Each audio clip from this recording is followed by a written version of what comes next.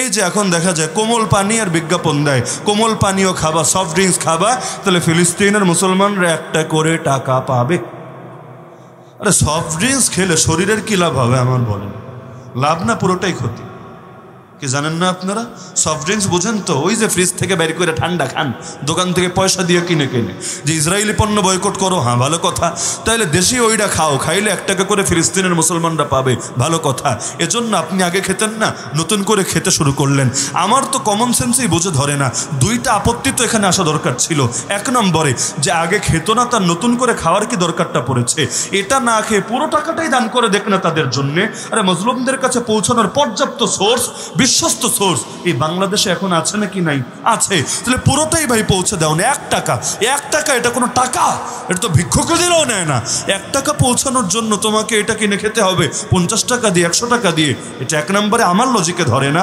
দ্বিতীয় কথা হলো, তুমি পৌঁছাবা কার কাছে? পৌঁছাবা কিভাবে? পৌঁছাবা ফিলিস্তিন দূতাবাসে দিয়ে আসবা। এটাই করছে। ফিলিস্তিন দূতাবাসে গিয়ে এটা ছবি তুলছে, এই যে এতগুলো টাকা দিলাম হামাসের জন্য, গাজার মুজাহিদ, গাজার মাজলুমদের জন্য। পাবলিক তো ব্যাস ভাবছে জিহাদের ময়দানে বড় অবদান রাখলাম, মাজলুমদের জন্য বহুত কিছু করে ফেললাম, ঘোড়ার ডিম। এই যে দূতাবাসের হাতে যে টাকাগুলো দেওয়া হবে, এরা কাদের প্রতিনিধি? এরা কি হামাসের প্রতিনিধি? না, ওই ফিলিস্তিনের রাজনীতি যারা জানে এরা ভালো মতোই জানে গাজা আলাদা, পশ্চিম তীর আলাদা। পশ্চিম তীরের উপর যেই সরকারের দখল, যেই সরকারের শাসন, এগুলো ওই কাফেরদের দালাল ছাড়া কিছু না। এখন হামাসের প্রতিনিধি বাঙালি ফিলিস্তিনে দূতাবাস কবে ছিল আমার তো জানা নাই। কারো কাছে কোনো তথ্য থাকলে আমাকে দিয়েন, আমার জানা নাই। তো পয়সাগুলো দিলেন, চলে গেল কার কাছে? সেই পশ্চিম তীরের সরকারের কাছে গিয়েছে। তো কি হয়েছে? এরপর এটা হামাসের জন্য ব্যয় হবে, এটা তো পাগলে বললেও বিশ্বাস করবে না। বিরোধী দলের পেছনে লোকে আবার কেন ব্যয় করে? হামাস তো একটা রাজনৈতিক দল, খালি এটারে ভাইবেন না জঙ্গি দল, সশস্ত্র দল না রে ভাই। এটা একটা রাজনৈতিক দল, যাদের একটা সামরিক শাখা আছে, তারা ময়দানে যুদ্ধ করছে। কিন্তু এরা রাজনৈতিক দল যারা রাষ্ট্রের পাওয়ারেও ছিল এবং যারা দীর্ঘকাল পর্যন্ত গাজার উপর নিজেদের আধিপত্য কায়েম করে রেখেছে, এদেরকে ওরা বিদ্রোহী বলে মনে করে। তো বিদ্রোহীর হাতে কেউ গিয়ে পয়সা পৌঁছে দেয় নাকি? এটা তো আমার লজিকেই ধরে না। যদি দিয়েও থাকে, ওইটার ছবি কই, ওইটার ভিডিও কই, জার্নাল থেকে ওইটার রিপোর্ট কই, আমার তো নজরে পড়ে নাই। দ্বিতীয়ত, হামাসের সাপোর্টার যে সমস্ত সাধারণ সিভিলিয়ান জনতা, এরা যখন আহত হবে, এদের পেছনেও টাকাগুলো ব্যয় করবে, আমার বুঝে ধরে না। কারণ বাংলাদেশে অনেকগুলো দল আছে না, রাজনৈতিক দল। এখন দেখা যায় এই দলের লোকের হাতে টাকা দিলে ওই দলের লোক পাবে, এই কথা যদি বলেন কাউও হাসতে শুরু করবে। বিষয়টা এমন না? তাহলে এটা তো ফিলিস্তিন দূতাবাসে গিয়ে দিয়ে আসলে কি হবে বুঝি না, আমার মাথায় ধরে না। তারপর এই সফট ড্রিঙ্কস খেলে তো শরীরের ক্ষতি রে ভাই। দুনিয়া সব ডাক্তাররা এ ব্যাপারে একমত না।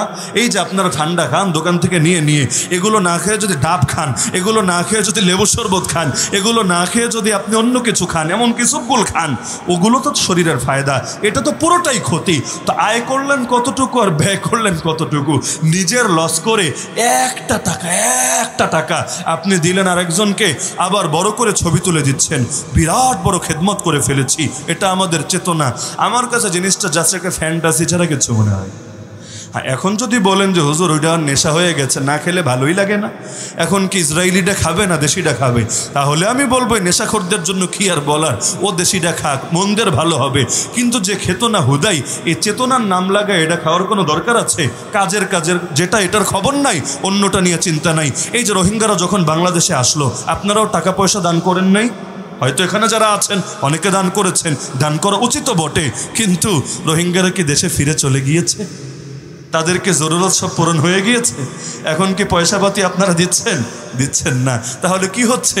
খাচ্ছে কিভাবে, পড়ছে কিভাবে, কারা মেহনত করছে, কারা দেখাশোনা করছে?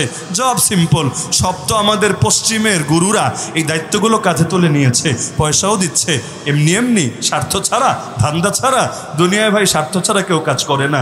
একদিকে পয়সা দিচ্ছে আর একদিকে ঈমান ক্রয় করে নিচ্ছে। তাবলিগ জামাত নিয়ে দেখেন তো ঢুকতে পারেন কিনা রোহিঙ্গা ক্যাম্পে, অথবা মাদ্রাসা প্রতিষ্ঠা করার জন্য গিয়ে দেখেন না একটা মাদ্রাসা বানাতে পারেন কিনা রোহিঙ্গা ক্যাম্পে, অথবা একটা মসজিদে মসজিদের প্রজেক্ট নিয়ে যান না, নতুন করে বাঙালি পরিচয় দিয়ে দেখেন ঢুকে মসজিদ বানিয়ে মসজিদ কেন্দ্রিক আপনারা পাবলিকের মধ্যে একটা মেহনত চালু করতে পারেন কিনা? সবগুলো জবাব না না না না। এমনকি একটা ওয়াজ মাহফিল আয়োজন করেন বাংলাদেশের বড় বড় হুজুরদের দিয়া, দেখেন করতে পারেন কিনা? কিচ্ছু পারবেন না। কিন্তু যেটা পারবেন সেটা হলো সারাদিন বসে বসে দেখবেন খ্রিস্টান মিশনারিরা আসছে, ওরা স্কুল প্রতিষ্ঠা করছে, ওরা বাচ্চাদেরকে সুশিক্ষায় সুশিক্ষিত করছে। কিন্তু এইটা যে কোন শিক্ষা আপনাদের জানা আছে?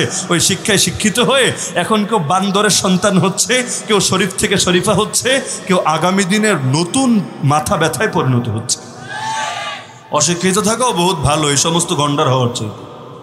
বাংলাদেশে অশিক্ষিত মানুষের মধ্যে নাস্তিক কয়টা আছে আমাকে নাম বলেন?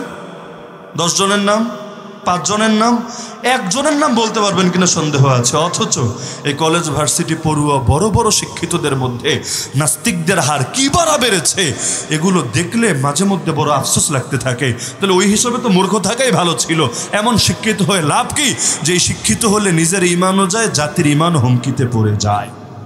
তাহলে দরকার ছিল কি? আমার যুক্তি বলে, আপনারা দ্বিমত করলে সমস্যা নাই, এটা কোনো ফিক ফতোয়ার মাসালা না যে দ্বিমত করা যাবে না।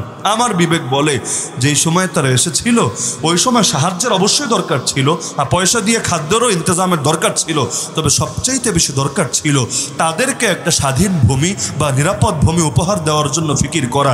এজন্য তাদের মধ্য থেকে যারা সেই অঞ্চলে জিহাদের পবিত্র খেদমত, সশস্ত্র বিপ্লবের পবিত্র খেদমত আঞ্জাম দেবে, আর সরকারের দ্বারা বোঝাপড়া করে হোক বা যেভাবেই হোক তাদেরকে শক্তিশালী করা, তাদেরকে পয়সা দেওয়া, তাদেরকে সাপোর্ট দেওয়া, তাদেরকে মেডিকেল ট্রিটমেন্ট দেওয়া, যাতে করে ওদের জমিনে ওরা থাকে। আমাদের দেশ ওদের লাগবে না, ওদের দেশ যা আছে এটা দিয়ে আরামসে ওরা চলতে পারবে। তো ওদের জাতি বাস ওরা নিজেরা লড়াই করেই নিজেদের কাজ করে দেবে। দরকার ছিল এই লাইনে খেদমত করা। এতে একদিন না একদিন বিজয় আসতে থেকে খ্রিস্টান বানাচ্ছে। এই সমস্ত কারণে যে প্রসঙ্গে আমি বলছিলাম যে এখন দেখা যায় অনেক ক্ষেত্রে আমাদের আবেগটা বেশি কাজ করে, কিন্তু দূরদর্শী চিন্তাটা ভেতরে কাজ করে না। আজও কয়জন মানুষ বলতে পারবে হুজুর আমার একটা লং টার্ম প্ল্যান আছে? ইহুদিরা যেমন 200 বছর আগে প্ল্যান করেছে, আজকে গোটা দুনিয়ার অর্থনীতি ওদের নিয়ন্ত্রণে, ব্যাংকিং সেক্টর ওদের নিয়ন্ত্রণে, এমনকি দুনিয়ার মূলধারার রাজনীতি পর্যন্ত ওদের কন্ট্রোলে, সব কিছু নিয়ে নিয়েছে, কিন্তু দীর্ঘ টাইম সাধনা করেছে।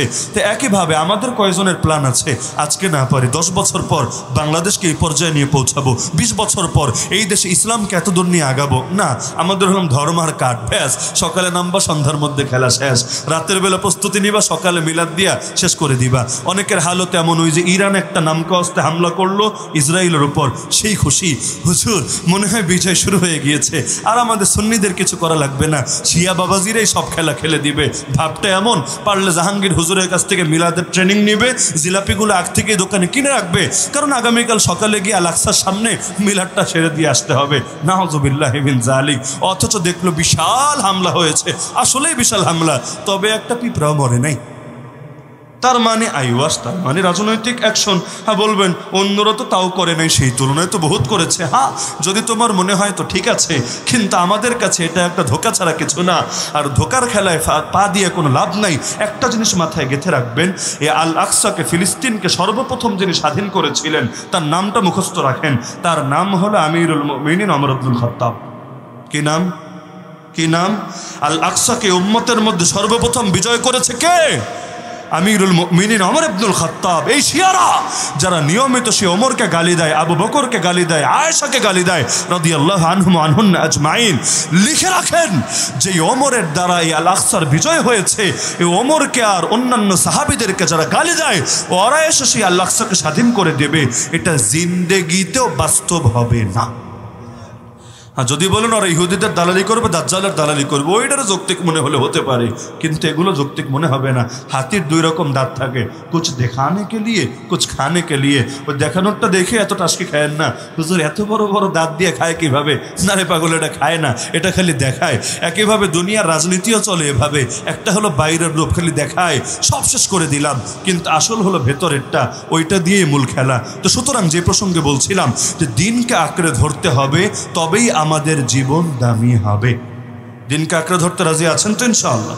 দিনকে আঁকড়ে ধরার জন্য যদি আমার আত্মীয়ের বিরুদ্ধে যাওয়া লাগে যাব, যদি কাফেরের বিরুদ্ধে যাওয়া লাগে যাব, যদি নাস্তিকের বিরুদ্ধে যাওয়া লাগে যাব, যদি বাতিল ফিরকার বিরুদ্ধে লড়া লাগে তাও লড়ব। দিনের ব্যাপারে কোনো আপোষ নাই, আমরা দিনের পাহারাদার। সুতরাং যারাই আসবে দিন নিয়ে ছিনিমিনি খেলতে, কাউকেই ছেড়ে কথা বলবো না।